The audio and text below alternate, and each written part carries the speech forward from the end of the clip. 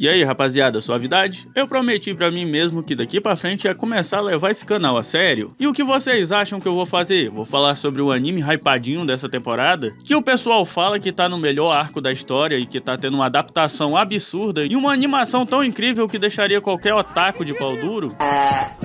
Não. Em vez disso, vamos falar sobre um anime desconhecido que ninguém liga dessa temporada, que eu não sei se ele é melhor do que Oshi no Cu, mas pelo menos eu garanto que mais engraçado ele é. E ainda a gente tem algumas referências incríveis e um personagem fazendo um pirocóptero.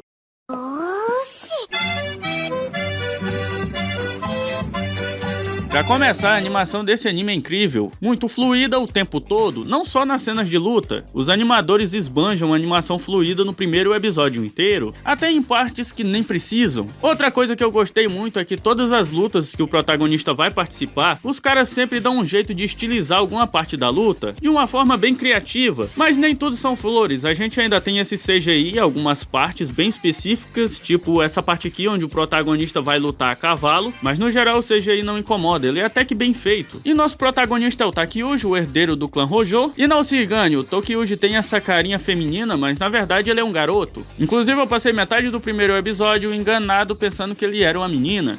De que adianta você ser bonito assim se você é um homem? Em metade do primeiro episódio é só o Takyuji fugindo dos professores dele, porque ele não quer estudar de jeito nenhum. Enquanto o Takyuji tá fugindo dos professores, ele encontra o Takauji, o guerreiro mais forte do clã dele, quase saindo pra uma guerra contra um clã rival, pelo controle do Japão. Depois disso, Takyuji vai conversar com o irmão mais velho dele, e assim, o irmão mais velho do Takyuji, ele não pode ser o líder do clã, porque ele é filho de uma concubina do chefe, e por isso ele não tem direito de se tornar o líder do clã. Mas logo na sequência ele é encontrado pelos professores de novo, e o Takyuji é obrigado a fugir. E depois de sair da vila, ele vai se esconder em cima de uma árvore. Enquanto ele tá lá em cima da árvore fazendo um monólogo chato sobre ele ser preguiçoso e a única habilidade dele ser fugir, ele acaba sendo surpreendido pelo Ryoshige, um sacerdote excêntrico e meio maluco, e sua filha barra assistente Shizuka. E o Yoroshiki, pra ficar mais fácil pra mim, daqui pra frente eu vou chamar ele apenas de monge. O monge veio atrás do Takyuji porque ele teve uma visão, que no futuro o Takyuji vai virar um grande herói e vai dominar o Japão inteiro.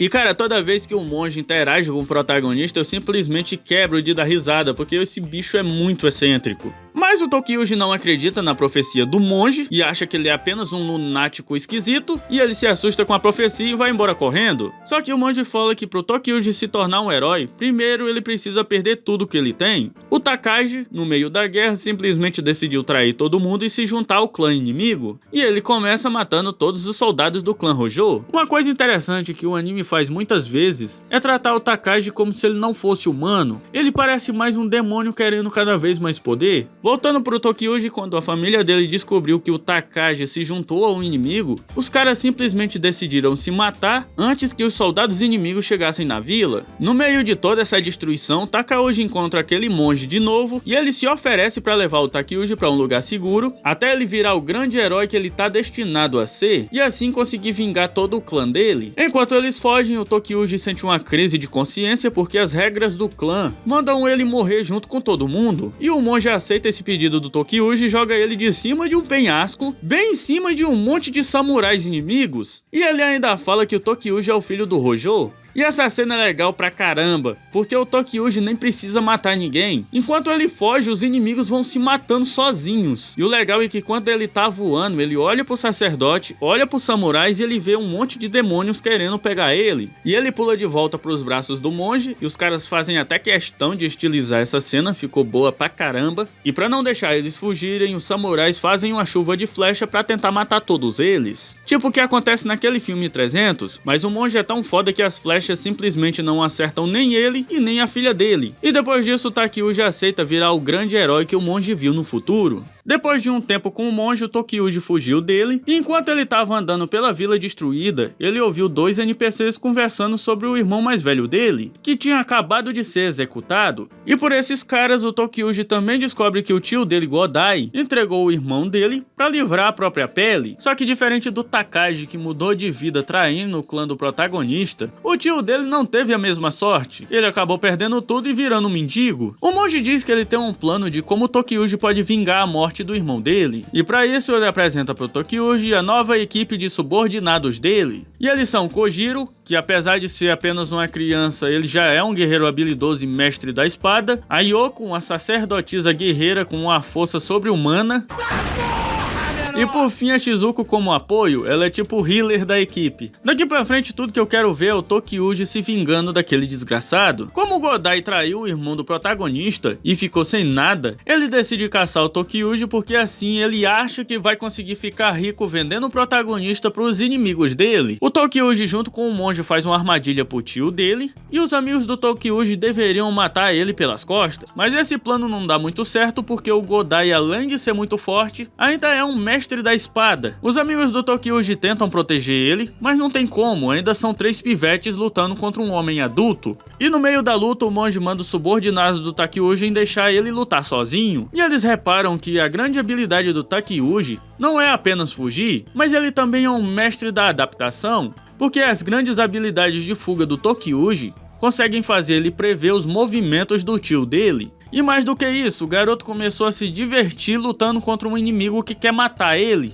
Porque pra ele isso é como se fosse um pega-pega, sendo que ele não pode deixar o inimigo dele encostar nele de maneira nenhuma. Os amigos do Tokyuji voltam pra luta e os dois distraem o Godai até o Tokyuji dar o golpe final nele. E o anime faz essa parte de uma forma bem estilizada. Enquanto isso, Takagi recebe um título de nobreza do imperador, mas ele recusa a recompensa que vem junto com esse título. E no lugar disso, Takagi pede pro imperador dar essa recompensa pros homens dele, porque eles são pessoas calmas e de coração puro. Eu sou calmo e meu coração é puro.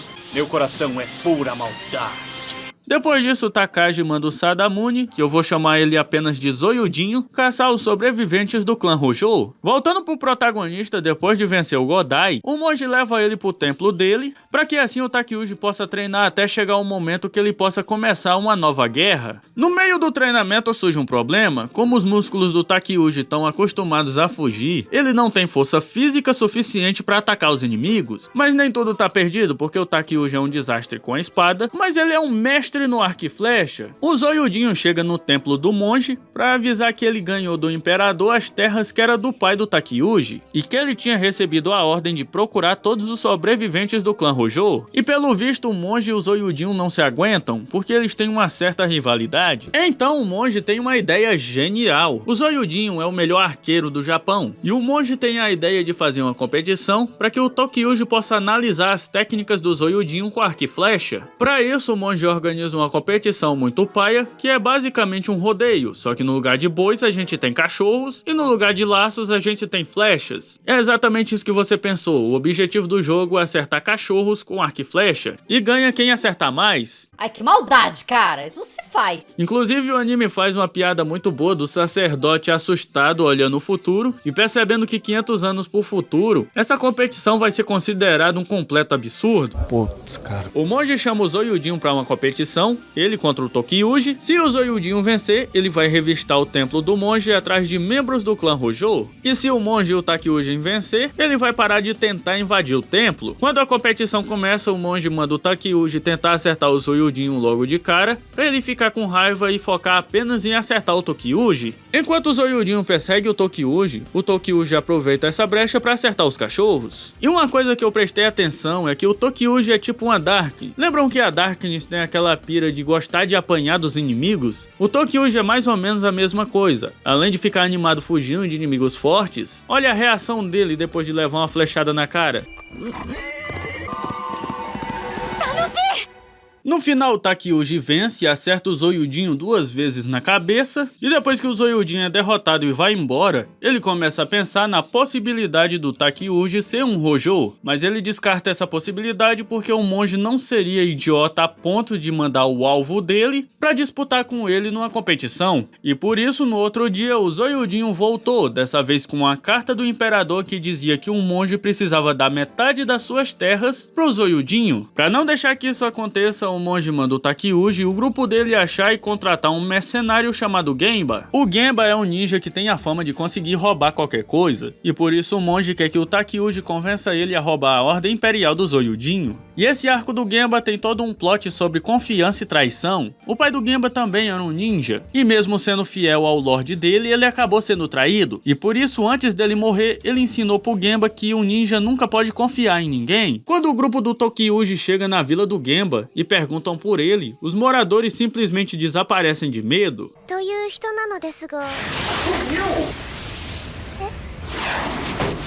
Quando o Genba aparece só pra demonstrar as habilidades de roubo que ele tem, ele já começa roubando a carteira de todo mundo. O Tokyuji pede pra ele roubar a Ordem Imperial do Zoyudinho, o Genba aceita o trabalho, mas pra fazer essa missão ele pede uma fortuna, que o Takyuji aceita sem reclamar. Na verdade o Takyuji ficou até feliz porque o Genba só queria dinheiro pra trabalhar pra eles. Como na visão do monge o Tokyuji vai virar o imperador do Japão, o Genba poderia pedir muito mais pra ele, tipo um estado só pra ele, mas como o Genba só quer dinheiro, as coisas ficam muito mais fácil dessa maneira. O legal é que a Shizuka e o Kujiro começam a fazer o papel de anjinho e diabinho nos ombros do Genba, a Shizuka agradecendo por ele querer apenas dinheiro, enquanto o Kojiro fica falando que o Genba é um grande idiota, porque se ele virasse servo do Tokyuji, ele poderia ganhar muito mais no futuro. Depois de muita manipulação, o Genba aceita o serviço, mas o Tokyuji tem que ajudar no roubo. Daí eles invadem a fortaleza do Zoyudinho e o Genba usa um jutsu de transformação estilo Naruto pra enganar os guardas e entrar no depósito. Dentro do depósito, depois de acharem a Ordem Imperial, eles começam uma discussão sobre a lealdade do Genba. O que eles não sabiam é que o Ichikawa, o braço direito do Zoyudinho, estava dormindo do lado do armazém e percebeu que eles estavam roubando a Ordem do Imperador. Aí ele chama todos os guardas da base, mas os garotos conseguem fugir e se esconder na floresta. Só que pro azar deles, o Ichikawa tem uma audição extremamente apurada e por isso ele sabe exatamente onde os garotos estão escondidos.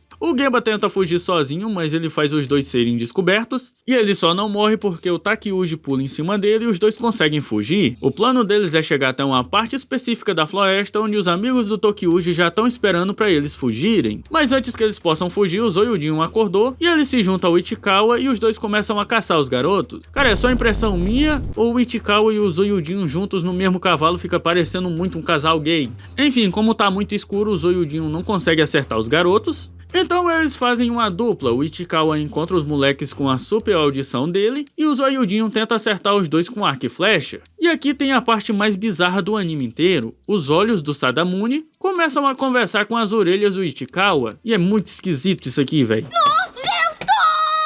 Mesmo o Genba tendo tentado deixar o Takyuji pra trás e fugir sozinho, ainda assim o Takyuji se sacrificou pra salvar ele, e mesmo com um ferimento enorme nas costas, o Takyuji ainda não queria deixar o Genba sozinho, e por isso o Genba percebeu a maior qualidade do Takyuji. Mesmo que ele tenha sido traído por todo mundo, ele tem determinação suficiente pra nunca trair ninguém. Então o Genba deixa o Takyuji e vai enfrentar o Zoyudinho e o Ichikawa sozinho. Na verdade o Genba nem luta contra eles, tudo que ele faz é usar pássaros para estragar a audição do Ichikawa, e depois ele usa um jutsu de velocidade para confundir o Zoyudinho, tempo suficiente para ele conseguir cortar a corda do arco dele. Depois de enganar o Zoyudinho e o Ichikawa, os dois encontram os amigos do Tokyuji e eles conseguem fugir, e o Genba decide virar servo do protagonista. Quando ele volta pro templo, o monge fala pro Takyuji que o Takagi venceu o filho do imperador numa disputa interna e virou o homem de confiança do imperador. Bom, se você chegou até aqui e gosta de anime shonen, eu vou deixar essa review aqui que eu fiz sobre Kaiju número 8. Espero vocês no próximo vídeo e fui!